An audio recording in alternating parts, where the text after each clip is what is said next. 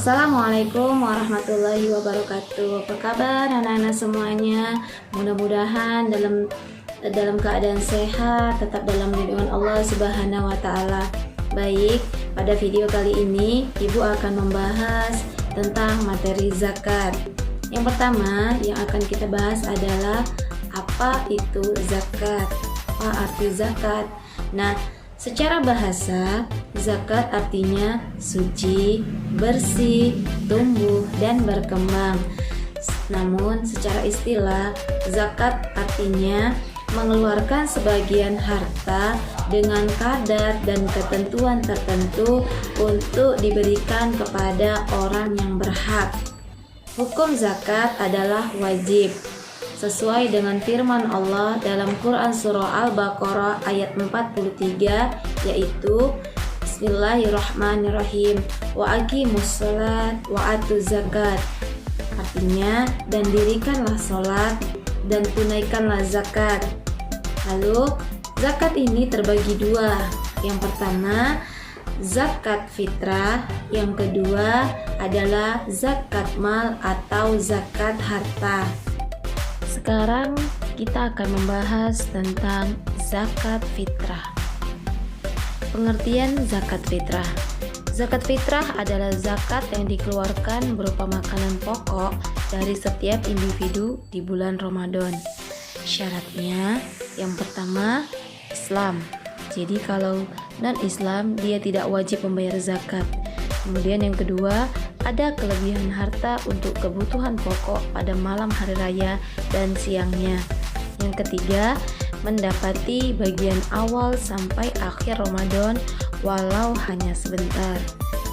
Misalnya seseorang yang meninggal pada awal Ramadan, walau hanya sebentar dia mendapati kehidupannya di Ramadan, maka tetap ada kewajiban untuk berzakat fitrah. Kemudian seorang bayi yang lahir pada akhir Ramadan, walau hanya beberapa saat dia mendapati Ramadan, tapi tetap seorang bayi itu dijatuhi kewajiban untuk zakat fitrah yang harus dibayarkan oleh orang tuanya. Kemudian kita masuk kepada waktu pembayarannya, yaitu dari awal Ramadan sampai sebelum selesai sholat Id.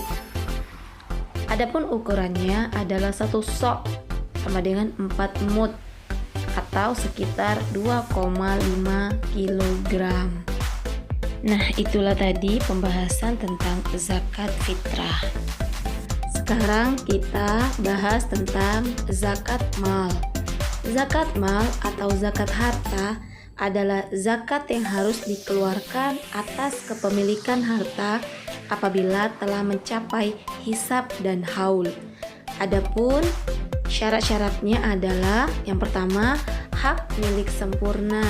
Jadi 100% harta itu adalah milik kita pribadi dan tidak ada sangkutan hutang di dalamnya. Yang kedua yaitu berkembang atau bertambah nilai. Misalnya sebelum berjualan kita modalnya 100.000 dan setelah berjualan jadi 150.000, maka di dalamnya terdapat nilai yang bertambah. Yang selanjutnya syaratnya adalah mencapai nisab atau batas minimum. Jadi setiap harta yang akan kita zakatkan itu mempunyai batas minimal. Kalau sudah mencukupi batas, maka dia wajib dizakati. Misalnya kalau emas nisabnya itu adalah 85 gram. Jadi kalau kita punya emas 85 gram atau lebih, maka kita sudah wajib zakat. Tapi kalau belum, misalnya hanya 84 gram, maka kita belum wajib zakat. Syarat selanjutnya yaitu haul atau genap 1 tahun. Maksudnya harta yang kita miliki itu sudah mempunyai waktu 1 tahun hitungan kalender Hijriah. Sekarang kita bahas tentang jenis harta yang wajib dizakati. Yang pertama, perniagaan. Yang kedua, pertanian. Yang ketiga, peternakan. Keempat, pertambangan. Kelima, profesi. Dan yang keenam, rikas. Baik, sekarang kita akan membahas jenis harta, nisab, waktu, dan kadarnya. Yang pertama yaitu emas. Emas nisabnya 85 gram dengan haul atau waktunya yaitu 1 tahun dan kadar untuk dizakatkan sebesar 2,5%.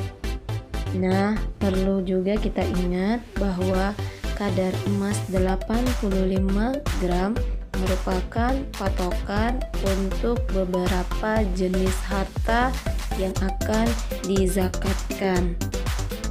Yang kedua yaitu perak, nisabnya 595 gram, waktunya 1 tahun dan kadarnya adalah 2,5%. Yang ketiga yaitu profesi, nisabnya senilai emas 85 gram, waktunya 1 tahun dan kadarnya 2,5%. Yang keempat, niaga, nisabnya senilai emas 85 gram, waktunya 1 tahun dan kadarnya 2,5%. Yang kelima yaitu pertanian. Nisabnya ada 2 macam.